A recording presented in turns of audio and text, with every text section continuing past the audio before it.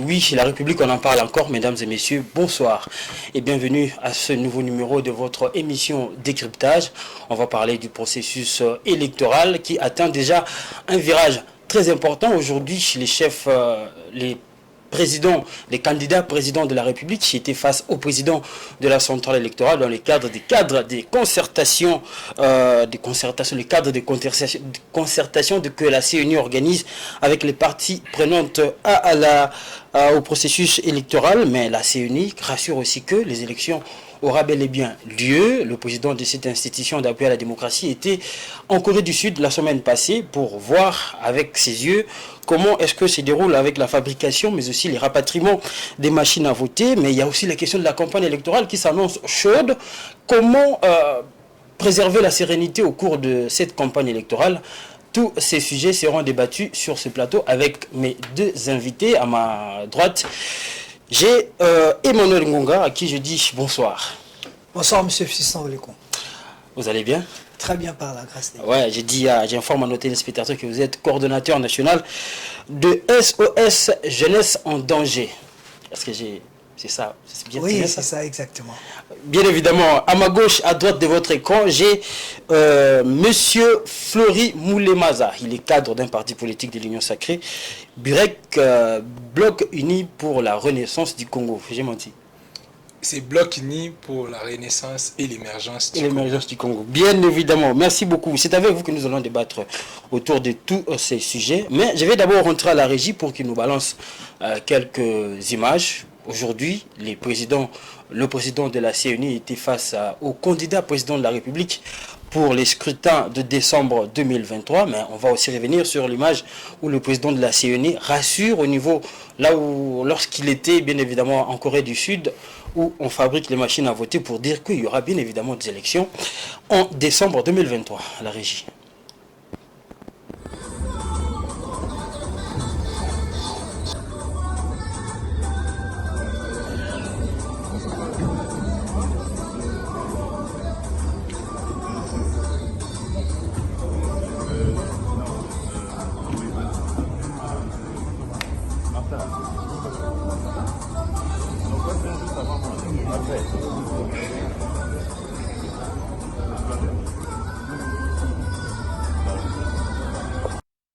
naye awa na Séoul na Corée mboka Corée po natala ndeni musala ezoleka po ne boyebi totindaki équipe munene awa à peu près batu kama bayaki po basala musala. D'abord il y a inspection ya musala oyo esalamaki na ba partenaire na biso ya Miru naye ngamo pona mona na miso namoni ke musala esalami malamu, musala eleki malamu. To bakisi ba machine oyo tobengaka dispositif électronique de vote, ba bulletin de vote esalami. Biloko belé salami so tali simananga o mona nyoso wana mingi to stotini na mboka o eza parmi balo ya suka. Donc musala ezo sala malamu na moni yango nga mona sepeli mingi. Na nina rassurer bana mboka bayeba que biso tozola laté tongo midi poko na butu tozo sala musala parce que mboka il faut esa l'élection tous les 5 ans. Constitution et senyango. Donc tozo sala musala. Et puis, nazana esengo parce que ils ont bien. Ata naebi keza musala pasi ya pasi, mais ils ont malamu. C'est ni et ça quand même musala ça fait déjà ils ont 4e cycle électoral.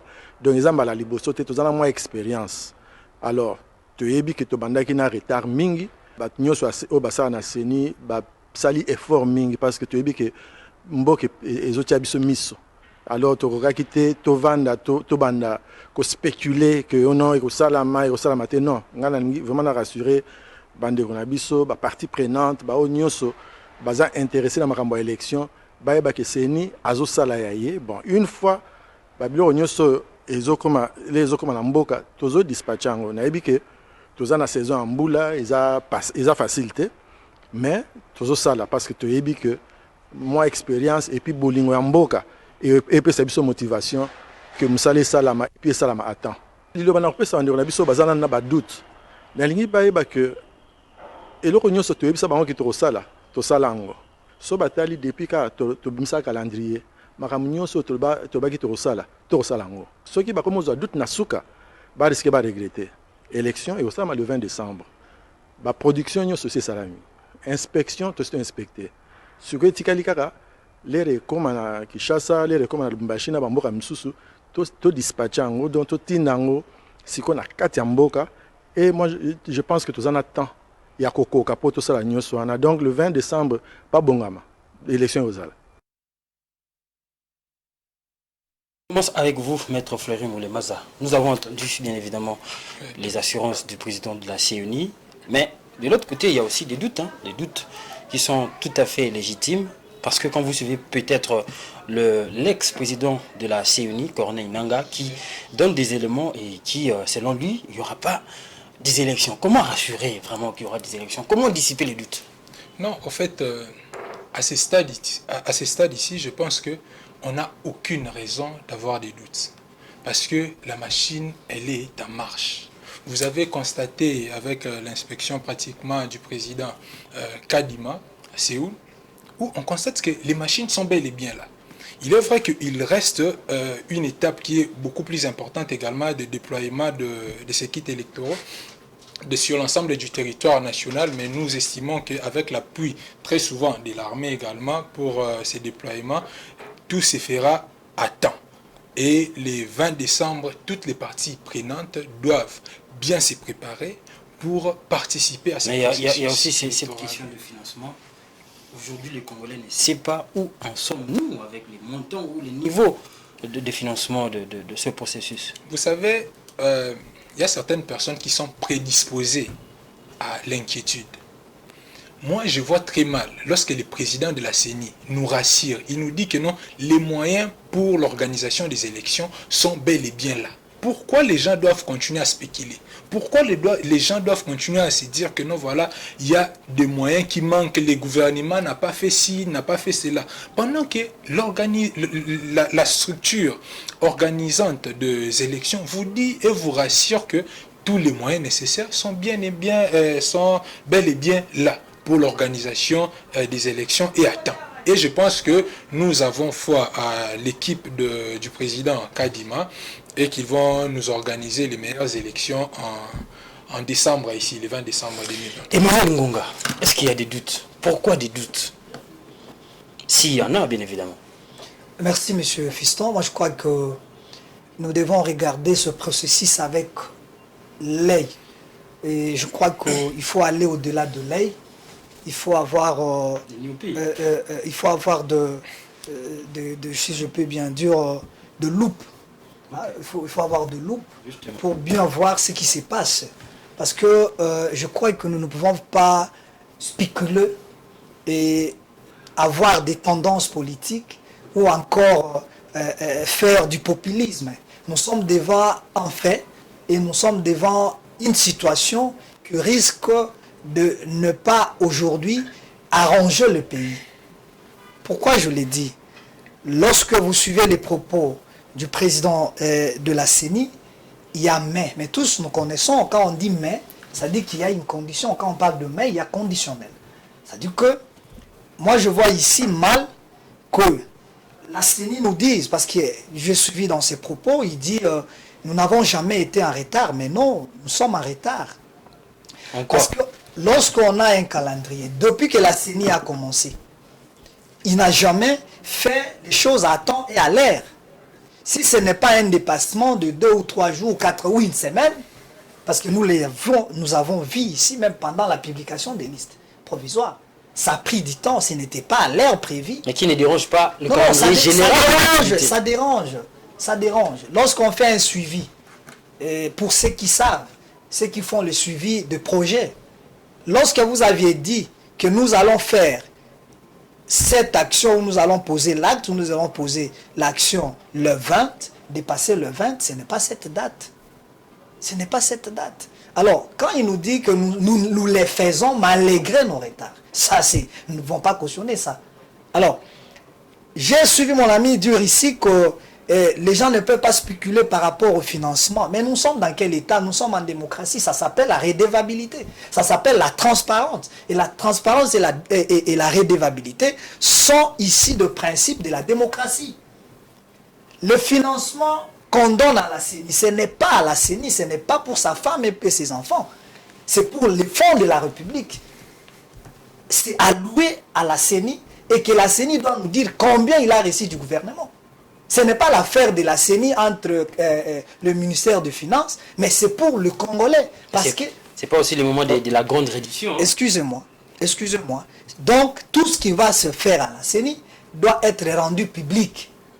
Le peuple doit savoir combien jusque-là la CENI a, combien de moyens on a disposé à la CENI pour l'occasion des élections. Est-ce qu'on ne peut pas on peut pas, je vais vous donner la parole, on ne peut pas vraiment attendre qu'il y ait des résultats finaux après que nous jugions. À chaque étape, on doit rendre compte. C'est ça la démocratie. À chaque étape de l'événement, à chaque étape lorsqu'on pose action, on doit. Voilà pourquoi aujourd'hui, il appelle le cadre de concertation. C'est évident, parce qu'il doit rendre compte. Ce n'est pas la gestion à lui-même, à la CENI. Non, cette CENI, c'est pour la République. Cette CENI, c'est une institution à l'appui à la démocratie. Et cette institution doit nous dire combien il a reçu du gouvernement, où en sommes-nous avec les machines à voter et tout consort. Donc, aujourd'hui, nous sommes à 28 jours, je crois, si je ne m'abuse pas, à 38 jours des élections. Et les machines sont encore en Corée. Et on nous dit qu'il y aura élection. Alors, c'est comme si on nous dira, le déploiement n'est pas encore fait. Et ça, nous sommes conscients tous que le déploiement jusqu'à ce jour, on n'a pas encore déployé les machines. Vous vous rappelez, avec vous dans ce plateau, je dis que pour faire déplacer les machines de la Corée jusqu'ici en République démocratique du Congo, sauf peut-être qu'on les fasse par vol, par avion. Ce n'est pas impossible. Par vol, c'est possible. Mais si on va acheminer ces machines par voie maritime, ça nous prend 2 mois. Et la CENI doit nous dire de quels moyens ces machines vont quitter la Corée jusqu'ici. Mais s'il va nous dire que les machines vont quitter par avion, nous dirons bravo parce que par la voie aérienne, nous sommes sûrs que les machines peuvent nous parvenir dans 48 heures, dans 24 heures. Mais si c'est par la voie maritime, nous comptons déjà 2 mois. Et les 2 mois, c'est déjà, nous sommes en 2024. Merci beaucoup Emmanuel Ngunga. Vous allez justement rebondir à ce qu'il a dit. Mais je voulais un tout petit peu décrisper la situation. Nous avons vu les premières images justement où le président Félix Tshisekedi et le président qui s'est dit président élu, Martin Fayulu, s'est donné des accolades. Est-ce que vous avez un commentaire particulier à faire par rapport à ça? C'est quand même un peu exceptionnel. Hein? Ça mérite aucun débat. Selon moi, pas débat mais commentaire. Il y a pas si y a un commentaire à faire, ce sont 2 frères, ils sont tous patriotes.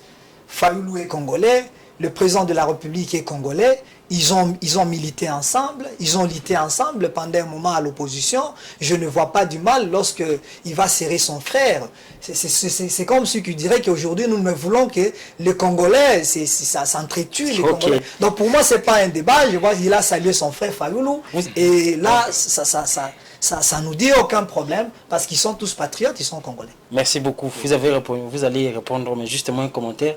Oui, nous avons vraiment ces gestes-là, c'est vraiment un geste très louable. Je pense que c'est un message très fort que les 2 hommes d'État nous ont lancé pour nous dire que on peut être en compétition sur le plan politique pour concourir à un poste de commandement, tout ça ou de gestion, mais on n'est pas des ennemis. Fayulu, le président Fayulu, comme le président de la République, Félix Antoine Tshisekedi, n'ont jamais été des ennemis. Ce sont juste des adversaires politiques. Donc on peut être des adversaires politiques sans pour autant avoir des inimitiés entre nous. Donc c'est vraiment un message que les autres acteurs politiques doivent suivre et comprendre que ça ne sert à rien de continuer à s'insulter à longueur de journée à la télé pendant que ce sont justement des adversaires politiques. Ce sont juste des questions politiques. Ce sont juste des questions, et non des ennemis, qui relèvent des débats et des réflexions. Donc on peut débattre, on peut avoir des courants de pensée qui divergent, mais au fond, nous sommes des frères, nous sommes des amis. Et ces gestes-là, c'est vraiment le message que ça nous donne. Justement, je vais vous poser cette question avant que vous répondiez à ce qu'il va dire. Mais pourquoi est-ce que les pays ne peuvent pas trouver un système? C'est comme si nous sommes en train de vouloir aller aux élections, bien que ça ne va pas. Il a soulevé beaucoup de problèmes ici. Qu'est-ce qui peut y avoir lieu après tous ces débats autour des élections? Donc la CENI ou le gouvernement rassure toujours que les moyens sont là et on va aux élections en décembre? Le problème, c'est quoi? Ici, nous sommes face à une situation où la République démocratique du Congo veut installer une culture véritablement démocratique. Et cette culture-là voudrait que les élections soient organisées à temps. Et cette machine-là, avec le président Félix Antoine Tshisekedi, il est tellement déterminé à ce qu'on puisse entrer et continuer sous cette lignée-là. Dans cette lignée-là. Et je pouvais également revenir sur des petits points que notre frère a relevés, voilà, que mon co-débatteur, M. Emmanuel, vient de relever, notamment lié à la redevabilité, les devoirs de redevabilité. Vous savez, les cadres de concertation, quand institué la CENI, la raison principale du cadre de concertation, c'est effectivement d'informer toutes les parties prenantes de l'évolution du processus électoral. Donc, à ce stade ici, parce qu'il y a eu plusieurs rencontre avant la rencontre d'aujourd'hui ou d'hier également, parce que hier la CENI était également face aux candidats députés nationaux et provinciaux. Donc les devoirs pour la CENI, c'était quoi? De vous expliquer, d'expliquer aux candidats, aux partis prenants d'une manière générale que voilà, par rapport au processus électoral en cours, nous sommes à tel niveau. Voilà les contraintes, voilà ce qui manque à la CENI pour l'organisation effective des élections. Vous comprenez? Là, on explique aux parties prenantes, effectivement pour éviter des suspicions. Parce que lorsque vous n'êtes pas informé, cela vous amène également à suppiter, cela vous amène également à faire des commentaires parfois déplacés. Pour dire que pour certains, voilà, les financements, alors que dans ces cadres de concertation-là, la CENI, moi j'ai représenté mon parti politique plus d'une fois au cadre des concertations, où la CENI, pendant que les gens, certains acteurs politiques mal intentionnés, oui, pendant que ces acteurs politiques-là mal intentionnés nous disaient que non, voilà, les élections ne sont pas financées, la CENI a un problème de financement. Mais là, la CENI elle-même, pendant les cadres de concertation, ne cessait de nous rassurer, tout en nous présentant certaines contraintes. Et ces contraintes-là également, c'était une invitation pour nous, partis prenantes, et comme également au gouvernement, de voir comment nous pouvons participer participer en aidant la CENI à surmonter ces obstacles-là. Donc je pense que la question de financement ou les devoirs de redevabilité à travers ces cadres-là, la CENI ne cesse d'y répondre. Et plusieurs communications, même à travers leur site internet, la CENI ne cesse de communiquer sur le déroulement du processus électoral. Oui, merci beaucoup, Maître Fleury Moulemaza, pour vos réponses. Mais moi, je pense aussi que, est-ce que la République démocratique du Congo, aujourd'hui, bien évidemment, il y a sans nul doute que le gouvernement nous parle des budgets qui est maintenant, les indicateurs sont au vert. Et je ne pense pas que le Congo a vraiment le droit à une crise, surtout liée à repousser des élections à une date ultérieure. Est-ce que, aujourd'hui, en quelques mots, on va passer à un autre thème, on peut vraiment ne pas organiser des élections pour les finances? Est-ce qu'il y a vraiment une raison? Par exemple, le financement des élections peut être une raison pour dire que nous, il n'y aurait pas des élections? Ça n'a jamais été une raison. Le financement des élections n'a jamais été une raison. Vous savez, il est vrai que mon co-débatteur là a essayé également de relever la question liée au financement, liée au budget plutôt de la CENI, parce que le budget de la CENI est connu. Vous pouvez même vérifier dans leur site internet, vous allez voir, c'est bien déterminé. Et les modes de financement, jusque-là, si on a financé ces élections, à quelle hauteur, c'est bien déterminé également et communiqué régulièrement par la CENI. Je pense que cette question-là liée au financement n'a jamais été une excuse, parce qu'on n'a qu'à respecter la loi. Le gouvernement devrait, je pense, dans les prochains processus électoraux, le gouvernement devra tout simplement commencer à financer au fur et à mesure, c'est-à-dire les pourcentages dans la rubrique prévue dans les budgets de l'État liés au financement des élections. Je pense que chaque année, il y a un montant bien déterminé. Il faudra que les gouvernements puissent observer ces choses-là pour que chaque année, on épargne quelque chose que pour l'organisation des élections. Et cette question-là ne sera plus posée. Ça ne sera plus posé. Donc, voilà, donc pour dire et conclure que cette question-là liée au financement ne peut vraiment pas être posée à ce stade ici, parce que la CENI déjà nous rassure en nous disant qu'ils ont suffisamment de moyens nécessaires pour nous organiser de belles élections. La même question, je vous la pose. La République démocratique du Congo avec des budgets de 3 milliards, 4 milliards organiser des élections sans problème. Est-ce que cette année, avec nos 9 milliards, on a une raison vraiment de repousser des élections? Moi, je crois Fondamentalement. moi, je crois que nous devons... C'est lorsque j'interpelle plus nous qui passons dans les médias et tout ça, et même la classe politique ou l'élite congolaise, d'être plus rationnels que jamais. Nous n'avons jamais été rationnels, nous n'avons jamais été sincères de nous-mêmes lorsque nous parlons. Cette question des élections, c'est depuis 2001, les assises de Sun City, après même la Constitution, dit que le gouvernement doit mettre un montant d'argent chaque année pour l'organisation des élections. Mais ça n'a jamais été le cas. On n'a jamais mis cet argent à côté. Sinon, on n'aura pas à avoir des problèmes de financement. Lorsque vous suivez, parce que... Mais ces problèmes-là n'est pas posé officiellement. À travers vos confrères, je ne sais pas, je ne cite pas le média, mais le président de la CENI est passé dans le média extérieur, où on lui pose la question jusque-là, combien on vous a donné pour le financement, combien vous avez reçu du gouvernement. Il ne savait même pas dire le montant qu'on lui a donné. Ça, c'est sûr, c'est vérifiable. Vous êtes journaliste, allez vérifier. Que lui-même, devant les médias extérieurs, il ne savait pas combien on lui a donné à lui pour le budget, pour le financement des élections. Donc, j'ai suivi mon ami ici, lorsque il met le chef de l'État. Il faut épargner le chef de l'État dans ces choses-là. Parce que l'organe de la CENI est totalement indépendante. C'est une institution d'appui à la démocratie où le chef de l'État n'est pas là à la CENI. D'ailleurs, il a été appelé aujourd'hui comme partie prenante parce qu'il concourt aussi à ces élections. Même lui, il a des doutes par rapport aux élections. C'est Kadima qui doit nous rassurer. Mais le président ne fait pas partie de la CENI. Mais c'est lui qui finance. Non, c'est le gouvernement qui finance. Mais c'est lui qui est le chef de l'exécutif. Faisons. Non, le chef de l'exécutif, c'est le Premier ministre. Non. C'est le Premier ministre. Le président, c'est le président. Le président de la République est candidat aussi. Donc, il y a des zones d'ombre. Pourquoi nous disons qu'il y a des zones d'ombre? Et au-delà de financement, chers amis, mais on a des défis logistiques que nous avons convoqués ici. Vous nous oubliez qu'aujourd'hui, il y a même des cartes. Nous n'avons pas de cartes, chers amis. Aujourd'hui, aller là où on distribue les duplicata, il n'y a même pas de duplicata. Selon certaines sources, on nous dit, lorsqu'on faisait le changement des machines pendant l'enrôlement, et que ce changement de machine, il y a des données qui disparaissaient. Vous avez dit que les machines connaissaient beaucoup de parts. Parce que la personne qui dit ça a autorité sur le sujet. Non. Ce sont des sources que nous avons. Ça, ce sont des sources vraies. Dernièrement, ici au Katanga, il y a des données qui ont disparu. Même ici à Kinshasa, il y a ce problème-là.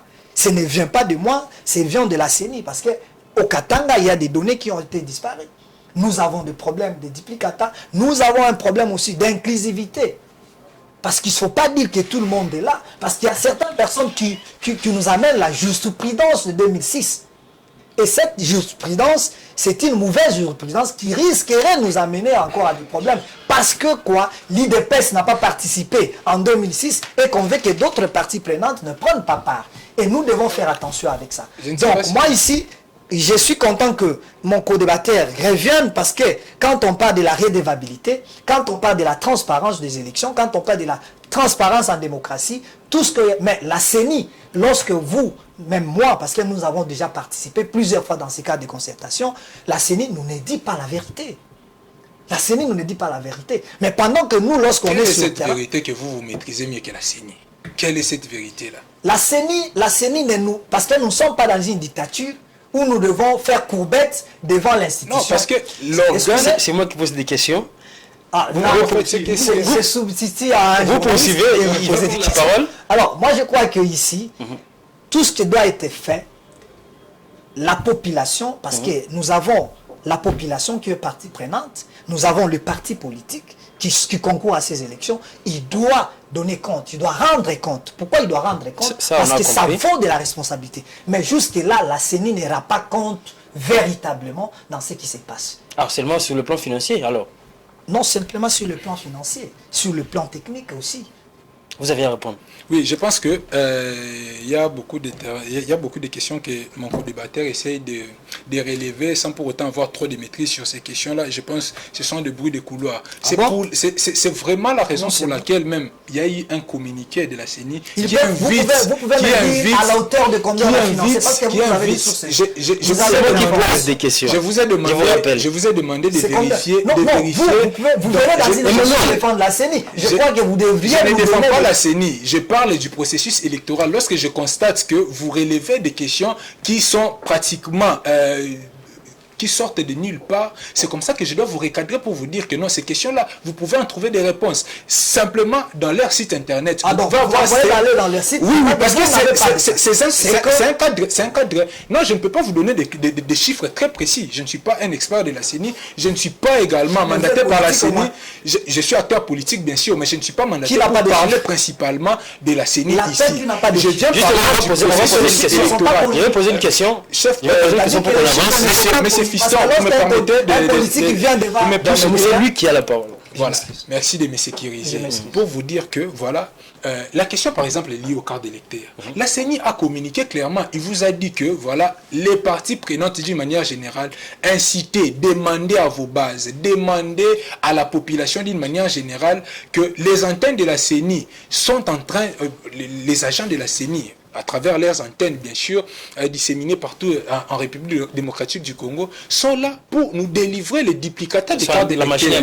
Je pense, il est vrai que c'est aussi un problème, mais au fur et à mesure, ils sont en train de s'améliorer. Par exemple, moi, comme acteur politique, nous savons également que vous pouvez avoir une base des gens qui sont prêts à vous voter. Mais ces gens-là ont des problèmes de cartes d'électeurs. Il faut leur demander, parce qu'il est vrai, pendant l'enrôlement, la population, c'est un certain moment un peu fatigué en disant que non, voilà, ça nous prenait beaucoup de temps, je ne saurais pas partir là-bas. Mais il faut quand même encourager la population, lorsque vous passez à la télé, encourager la population non seulement de participer au processus électoral, mais comment participer en ayant sa carte d'électeur. Et la carte d'électeur qui est lisible. On nous donne les possibilités d'avoir les duplicata. Encouragez vos membres, les membres de vos structures, encouragez vos frères et sœurs à se faire, à obtenir les duplicata des cartes d'électeurs. Permettez-moi également de glisser juste, de revenir juste sur un petit point lié aux décrispations, à la décrispation politique. On vous dit ici que non, voilà, il y a un problème d'inclusivité. Camarades, nous sommes dans la démocratie. Dans une démocratie, on peut convoquer le corps électoral et qu'un parti politique, ou soit une couche de la population, non, parlons d'un parti politique parce qu'il y a certains partis politiques qui ont refusé d'eux-mêmes de participer à ces processus électoraux. Cela va également de leurs droits. Cela va également de leurs droits. On ne peut jamais demander à M. Kadima ou à la CENI d'obliger tous les partis politiques de participer au processus électoral. Non. On a convoqué les corps électoraux, les partis qui trouvaient intérêt à ces processus électoraux-là ont participé dans mon parti politique, le Bloc Uni pour la Renaissance. Moi, je vous pose une question. Ceux qui n'ont pas voulu, je vous pose une question directe. Ils se sont auto-exclus. Je vous pose à vous deux une question directe, une réponse directe. Oui. S'il n'y a pas d'élection aujourd'hui en 2023, on va spéculer ensemble. On va spéculer ensemble. Oui. On va spéculer nous tous ensemble. S'il n'y a pas d'élection, vous qui dites qu'il n'y a pas d'élection. S'il n'y a pas d'élection après, qu'est-ce qu'on fait? Non, ne dis pas que nous ne disons pas qu'il n'y aura pas. Nous voulons de vraies élections qu'après ces élections, qu'il y ait la paix dans notre pays. C'est ambigu. Ok. Alors, pour qu'il y ait des bonnes élections, il faut que ces élections. Direct, hein? Question. Oui, c'est une question directe. C'est-à-dire que moi, je prévois déjà avec moi, je vous dirai devant vos caméras, donc, il y aura des élections. Il n'y aura pas élection. Il n'y aura pas élection. Le 20 décembre 2009. Le 20 décembre. Et il y aura quoi après alors? Au moins qu'on fasse la magie. Ok.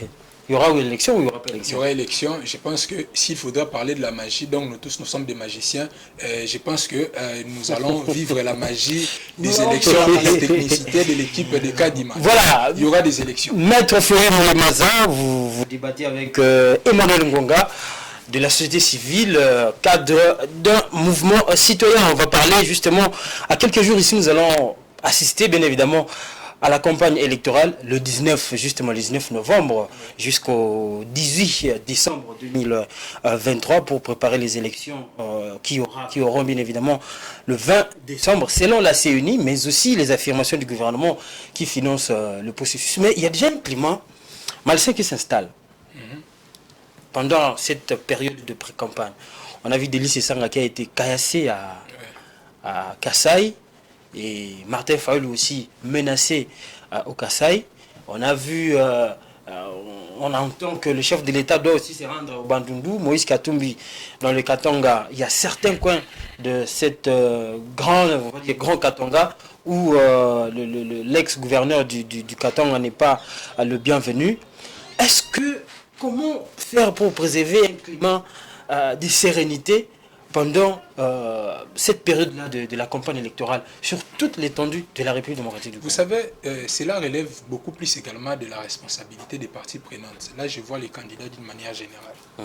La population, parfois, elle est instrumentalisée par certains acteurs politiques. Les acteurs politiques. D'où la nécessité pour nous, pour les parties prenantes d'une manière générale, de sensibiliser cette population-là sur la culture démocratique. C'est-à-dire que... C'est ce qui ne se fait pas dans nos partis politiques. Donc, il faudra que les parties prenantes d'une manière générale, je pense aux partis politiques, aux candidats indépendants, tout ça, à tous les niveaux, il faudra sensibiliser la population. Vous pouvez être ma base à moi, mais lorsque une personne veut solliciter, par exemple, votre main, vous pouvez être tout simplement démocratiquement refuser de les recevoir. Refuser de les recevoir sans pour autant les violenter. Ou soit il convoque et vous dit que non, nous allons nous rencontrer à telle adresse par exemple.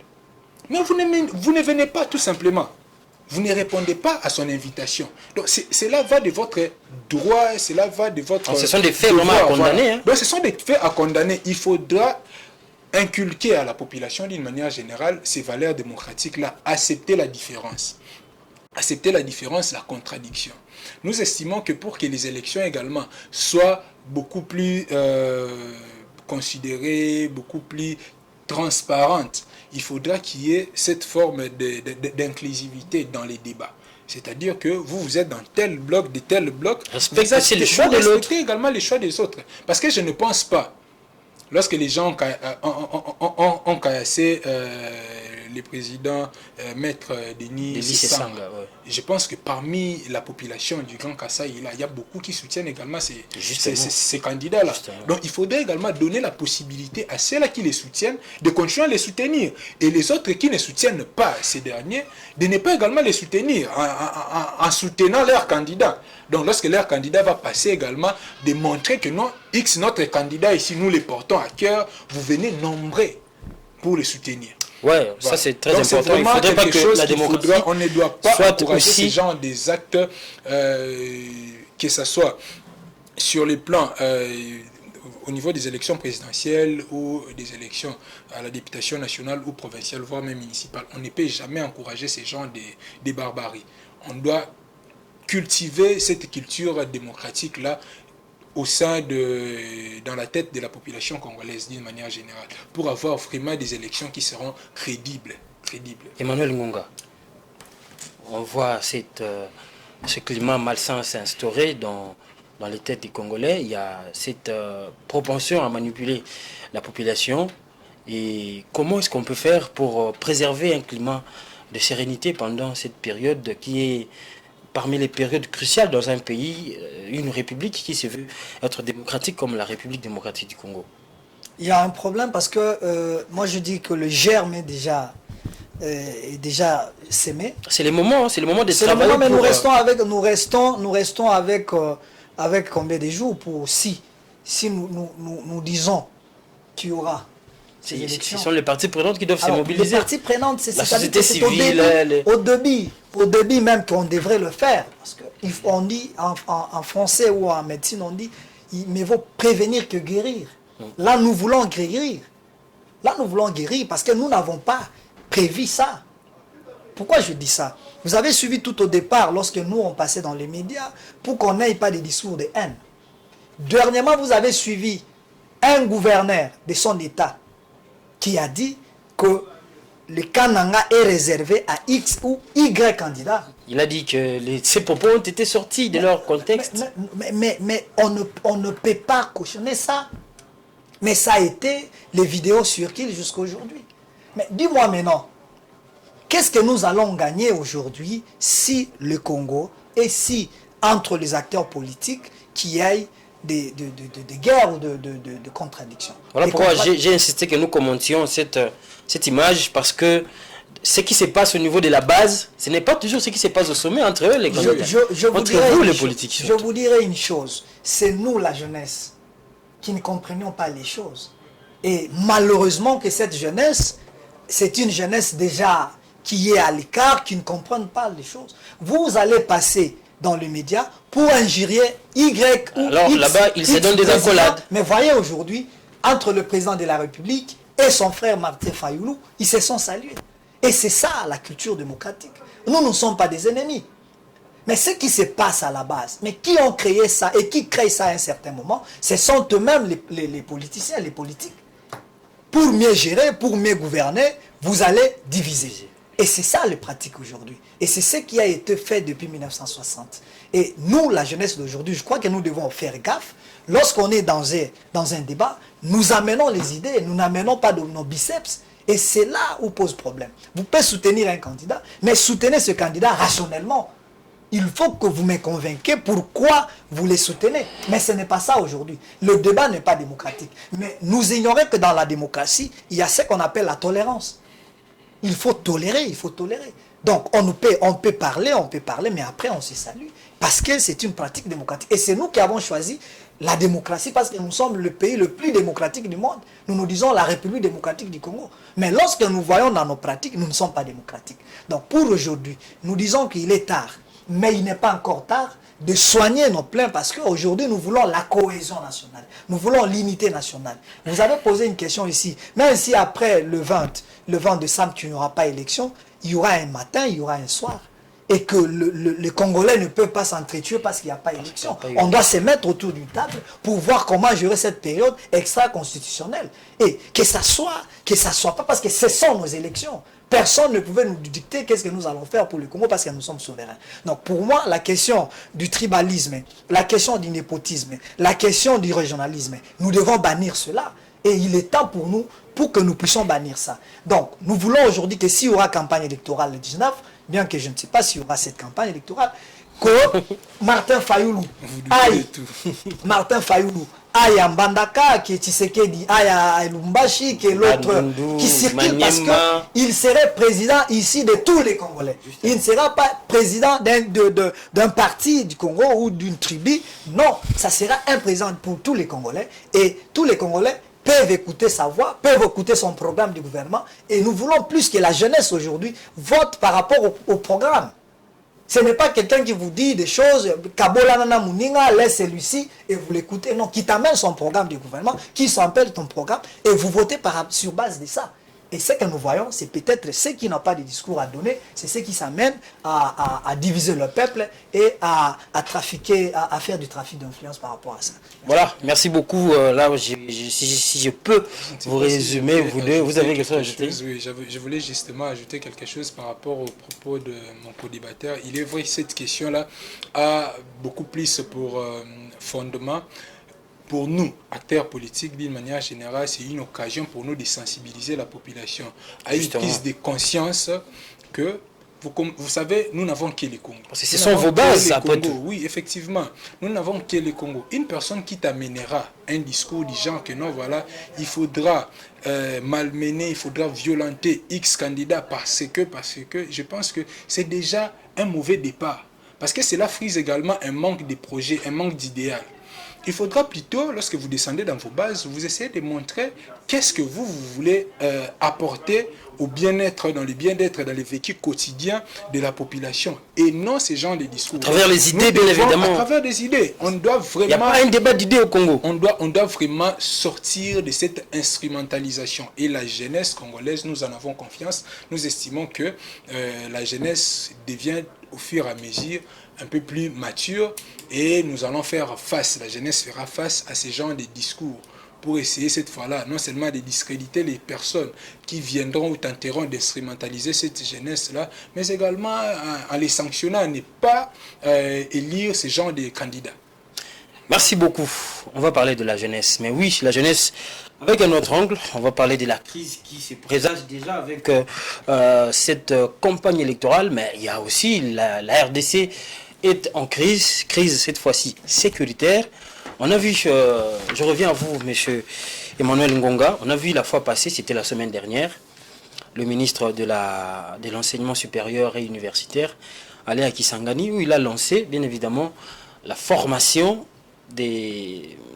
paramilitaire, bien évidemment, des étudiants. On a d'ailleurs regardé ou suivi l'engouement des étudiants de Goma qui prenaient la direction de Kisangani pour subir cette formation paramilitaire. Comment vous avez accueilli cette décision ou cette mise en œuvre de cette réforme dans la vie quotidienne des Congolais? Merci beaucoup, Monsieur Christon. Je crois que cette action doit être accompagnée par nous qui sommes leaders d'opinion, mais que ça ne soit pas avec la précipitation et que ça ne soit pas une action populiste. Parce que des fois, nos autorités souvent posent des actions populistes, du genre je veux faire ça, mais toutefois sans mesurer les pour et les contre. Mais cette action est constitutionnelle parce que notre constitution oblige le service militaire à un certain niveau. Lorsque le pays est mis en danger ou face à un danger, on peut instruire la formation militaire obligatoire. Et nous, c'est depuis 2000, si je ne m'abuse pas, c'est depuis 2011 où nous avions lancé une action par rapport à ça. Nous avions dit que le service militaire doit commencer de juin. Avant, quand vous terminez vos études humanitaires, avant de faire l'université, il faut au moins faire 6 mois. Pourquoi nous disons ça? Parce que nous sommes au cœur de l'Afrique. Et nous avons intérêt à être bien équipés sur le plan militaire. Parce qu'aujourd'hui, vous voyez avec nos 9 voisins, nos pays voisins, vous trouverez que nous avons toujours des attaques qui viennent de par-ci par-là. Et si aujourd'hui, le Rwanda fait face à ce qu'il est en train de faire à l'Est, c'est parce qu'il a compris que nous n'avons pas, parce qu'on nous a dit, vous êtes 10e armée, 11e, je ne sais pas, dans le monde, mais en Afrique, mais cette armée, lorsque vous verrez, on doit nécessairement renouveler l'armée congolaise. Renouveler l'armée, il faut que les jeunes intègrent l'armée. Parce que, des fois, à un moment donné, le vieux qui était hier, il devient faible. Ils ne peuvent pas peut-être aujourd'hui courir, ils ne peuvent pas peut-être faire beaucoup de distance. Il faut que la jeunesse intègre l'armée. Mais il faut de bonnes conditions. Il ne s'agit pas simplement d'intégrer les jeunes dans l'armée, mais il faut mettre des conditions à ce que ces jeunes-là soient bien payés, soient bien formés, soient bien équipés pour faire face. Nous sommes le pays le plus peuplé en Afrique, aujourd'hui peut-être en Afrique centrale. En Afrique centrale. Donc, je dirais ici que nous ne pouvons pas tout le temps plairer, et je ne sais pas qu'est-ce que je vais dire, reculer devant le Rwanda.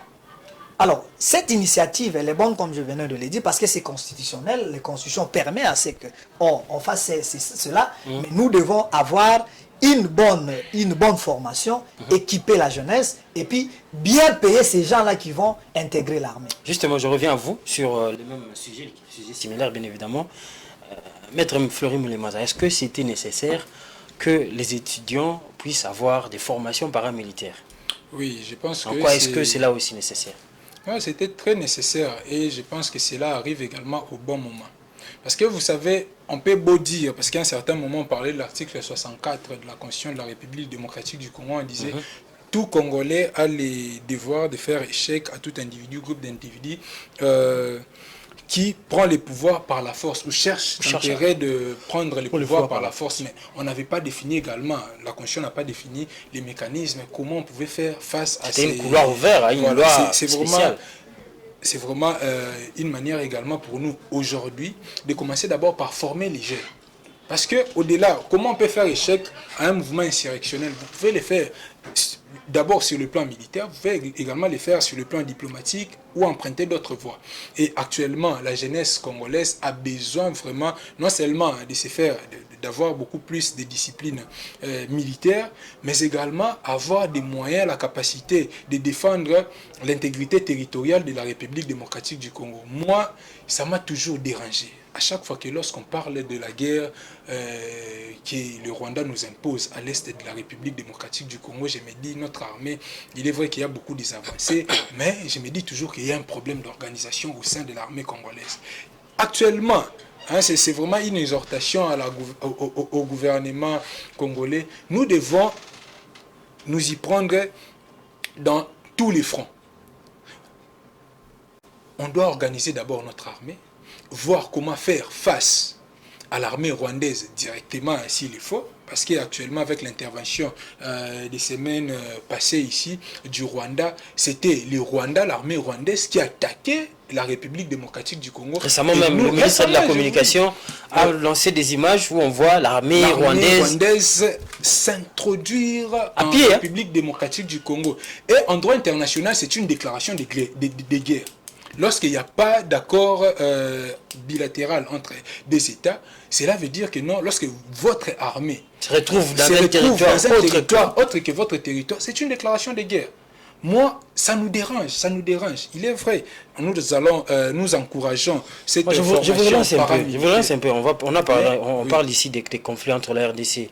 Conflit, je ne sais pas, on va l'appeler conflit latent ou ouvert, mais là, il y a un conflit. À ce niveau ici, c'est vraiment très ouvert. Parce que lorsqu'on voit les militaires rwandais s'introduire en territoire congolais, c'est vraiment une déclaration de guerre pure et simple. Justement. On ne doit pas continuer seulement avec la diplomatie. Je vous relance par rapport à ça. Sur le plan militaire et continuer également sur le plan diplomatique. Je vous relance par rapport à ça. On a vu les gouvernements de la République prendre des mesures, participer à des forats internationaux. Nairobi, Luanda, aujourd'hui on parle de la SADC bien évidemment. Jusqu'à quand la République démocratique du Congo va être toujours derrière les accords, derrière les cessez-le-feu, pour ne pas aller vraiment au front contre l'ennemi est connu, nous tous nous les connaissons, c'est le Rwanda, mais jusqu'à quand on va rester derrière les accords internationaux et les résolutions? C'est ça le grand problème, parce qu'il faudra un certain moment qu'on s'arrête d'abord, qu'on dote à l'armée congolaise suffisamment de moyens pour que notre armée puisse faire face à ces rebelles-là du M23 et voire même à l'armée rwandaise.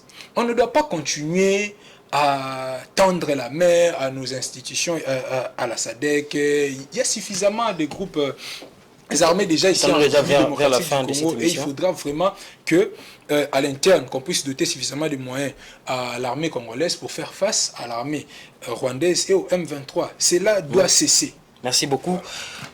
Monsieur Emmanuel Ngonga, comme j'ai dit ici à Moulema Zaflori, on a vu la RDC se déployer surtout sur le plan diplomatique, mais ça ne marche toujours pas.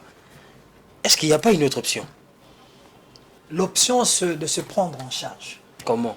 Se prendre en charge, c'est privilégier d'abord nos intérêts face à ce que nous subissons. Je vous donne un exemple aujourd'hui. Vous avez vu, c'est la guerre récente entre l'Israël et les bandes de Gaza. Mais vous savez comment Netanyahou, le Premier ministre, dit, il ne recule pas. Est-ce qu'ils n'ont-ils pas signé les accords internationaux?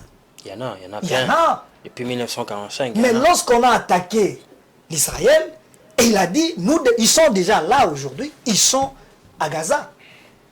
Toutes les communiqués du monde, ils sont, ça tombe aux oreilles, moi c'est pas des dissous. Ce sont des attitudes responsables de chaque État doit mener face à une agression. C'est ça les attitudes normales. Mais lorsque nous aujourd'hui, c'est-à-dire qu'à un moment, nous ne sommes pas responsables, et à un moment, nous ne sommes pas conscients de ce qui se passe. Parce que le Rwanda agit par procuration. Nous savons tous, nous l'avons toujours dit ici. Le Rwanda est derrière toutes ces grandes puissances que vous voyez. Et lorsque le Rwanda tient des déclarations, c'est devant les États-Unis, devant le Canada, devant tout ce que vous connaissez ici. Donc, il relève à nous de nous prendre en charge. Même si le monde entier va regretter, mais il regrettera après, nous devons d'abord agir en tant qu'État. Et nous avions toujours dit qu'entre les États, il n'y a que le rapport de force. Entre nous, le Rwanda, il n'y a que le rapport de force. Tout ce que nous pouvons faire dans les salons, dans le concours du monde, parler, faire des discours, ça ne va pas aboutir. Mais c'est lorsqu'on va faire des échanges, je ne sais pas moi, des tirs ou de quoi avec le Rwanda, et que nous, lorsque nous allons envahir le Rwanda, c'est là où ceux qui envoient le Rwanda vont dire, hey, monsieur, attends, ici on peut négocier. Mais lorsqu'il n'y a pas ça, nous ne pouvons pas. C'est pourquoi nous avons toujours dit que nous devons d'abord nationaliser l'armée. C'est ça le premier travail. Parce que nous n'avons pas une armée nationale. Comment ça? Oui. Mais si aujourd'hui... Nationaliser l'armée. Nationaliser. Quand je parle de la nationalisation de l'armée, et que nous avons voir qui doit intégrer notre armée? Quand je dis ça, vous vous étonnez. Mais vous savez que vous-même, vous dites que notre armée est infiltrée. Infiltrée par qui? Peut-être qu'il y a des binationaux dans notre armée. Non, il faut dénicher ces personnes-là pour que... Parce qu'à un moment, nous parlons de trahison. Nous parlons chaque fois de trahison. Si Bounagana est tombé, qui a fait tomber Bounagana? Nous le savons tous. Mais lorsque nous disons, il faut maintenant, même dans l'intégration, là, nous devons savoir, tu es d'où? Tu es d'où? C'est notre travail. Tu as fait quoi? Qu'est-ce que tu... C'est ça l'armée, pour qu'on ait des patriotes dans l'armée. Parce que nous ne pouvons pas avoir ceux qui sont le matin au Rwanda, parlent avec le Rwanda, vendent nos programmes, vendent nos projets ici. Lorsque l'armée veut attaquer, c'est là-bas, il y a des infiltrés, il y a des mouchards. Le matin, ils transmettent les informations là-bas et vous êtes là, on vous attaque par derrière, on vous attaque par devant. Ça ne va pas. Ça ne va pas, nous sommes un grand pays. Mais lorsque on vous vend les techniques, je ne suis pas technicien dans l'armée, mais lorsque nous avons des infiltrés et lorsqu'on vend nos plans, l'armée ne peut pas progresser. L'armée ne peut pas progresser. Et c'est ce qui se passe à l'Est deux fois. C'est ce qui se passe à l'Est. Donc, quand je parle de faire? Il faut nationaliser. Il faut que... Vous persistez dans la nationalisation de l'armée. Je persiste sur ça. Dans l'armée, nous allons voir les Bakongo, les Baswahili, les Baluba. Justement. Et c'est ça. Il n'y a que ça qui... Oui, mais non, ce n'est pas ça. Ce n'est pas ça. Parce que nous avons, par rapport à l'intégration, vous êtes journaliste, nous sommes tous jeunes. CNDP, M23, tout ça, il y avait, on prend les brassages, on nous a amené l'armée congolaise aujourd'hui, nous ne savons pas qui est congolais, qui est qui dans l'armée. Par rapport au brassage. Un groupe armé, même si aujourd'hui on ne va pas négocier avec les M23, moi je soutiens. Parce qu'on risquait encore de nous amener un vague. Des gens que nous ne connaissons pas aujourd'hui, ils sont ici colonels, ils sont majors, ils sont généraux. Merci beaucoup. C'est un problème pour notre armée. Merci beaucoup Emmanuel Ngonga. La télévision c'est aussi les temps. Nous cheminons déjà tout droit vers la fin de cette émission. On a parlé bien évidemment des élections. La CNI rassure, mais il y a encore des doutes qui persistent au niveau de l'opposition. Nous avons parlé du climat malsain qui règne avant la campagne électorale avec des attaques de certains cortèges, des cortèges de certains candidats présidents de la République à l'intérieur du pays. Mais aussi, on ne peut pas finir cette émission sans parler, bien évidemment, on ne pouvait pas finir cette émission sans pour autant parler de la situation sécuritaire de l'Est de la République démocratique du Congo. Maître Fleury Moulemaza, vous avez dit qu'il y aura élection. Le 20 décembre 2023, vous avez dit aussi qu'il faut vraiment organiser l'armée. Vous avez un dernier mot.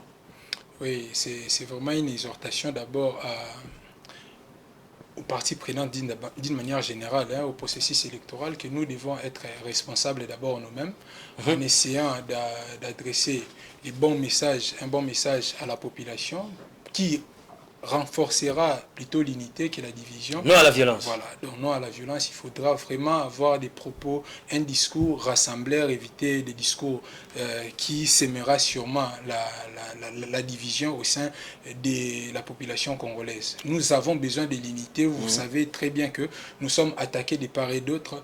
Et pour que les Congos restent unis, il faudra d'abord que nous, les parties prenantes au processus électoral, nous puissions maintenir et préserver cette unité-là de par nos discours, de par nos actions également. Merci beaucoup. On va préserver l'unité. Nous devons préserver l'unité nationale. Monsieur Emmanuel Ngonga, nous avons parlé de la CNI, des élections, nous avons parlé aussi de la sécurité. Vous avez dit qu'il n'y aura pas élection selon les arguments que vous avez poussés.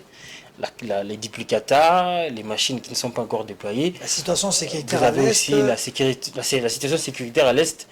Et vous avez aussi épinglé le fait qu'il faut nationaliser, ce sont vos mots que je reprends, l'armée nationale. Quel serait votre dernier mot? Le dernier mot pour moi, c'est d'inviter au président de la CENI de prendre courage pour dire aux Congolais qu'il n'y aura pas élection vu les contraintes que nous subissons avant décembre 2023. Vous êtes convaincu qu'il n'y aura pas élection? Mais attendons voir. Nous allons revenir dans ce plateau. Aujourd'hui, nous avions appris qu'il y a un huis clos. Un huis clos entre les candidats, c'est toujours ça. Président de la République. Et je crois que la CENI va leur dire quelque chose. Et demain, nous savons que le chef de l'État, si les programmes qu'on a vus à travers les réseaux sociaux, ça serait des médias aussi sociaux, il aura son discours à l'État, à la nation. Nous attendons que le président de la République nous dise la suite des événements. Et la responsabilité d'organiser les élections revient à la CENI. Et nous, pour sauver les bateaux, qu'a dit M. Denis Kadima, c'est dire aux Congolais qu'il n'y aura pas élection et qu'ils prennent courage. Et nous, les autres, les acteurs, nous allons sensibiliser la population pour leur dire que s'il n'y aura pas élection, ce n'est pas la fin du monde, qu'on ait des bonnes élections pour que après 2023, 2024, nous aurons la paix dans notre pays. Voilà. Permettez-nous juste d'ajouter un petit mot par rapport au huis clos tant évoqué par mon co-débatteur. Ah, vous voulez encore qu'on débatte? Non, en fait, je voulais juste le huis clos là, c'est juste pour demander aux candidats. Vous êtes déjà là. Je vous prends la parole. Je vous prends la parole. Je vous prends la parole. Merci de pouvoir signer le code de bonne conduite. Merci. Vous ne pouvez pas signer ça devant la presse, il faut qu'on aille à huis clos. Non, il faudra, il y a toujours, ils doivent avoir... Nous sommes arrivés à la fin de cette émission. Donc je pense, merci. Merci beaucoup à vous d'être passé à Géopolis Télévision, spécialement dans cette émission Décryptage, qui décrypte justement avec vous, bien évidemment, les acteurs de la société congolaise, l'actualité nationale en République démocratique du Congo pour les téléspectateurs qui nous suivent. Merci à vous d'être galants, d'être respectueux de ce public qui vous suit. Voilà, c'est la fin de cette émission. Nous vous disons à vous, chers téléspectateurs, merci. Mais si vous nous avez reçus normalement chez vous, il faut dire merci à Béni Fombo, Montréal. Il faut dire merci à Serge Kaneki. Il faut dire merci à Papa Noël. Il faut dire merci aussi à Lys Pemba, Stani Samba. Pourquoi pas Ene Kabamba. Merci à vous une fois de plus, chers téléspectateurs, de nous avoir suivis. Décryptage, c'est pour un prochain numéro. Au revoir.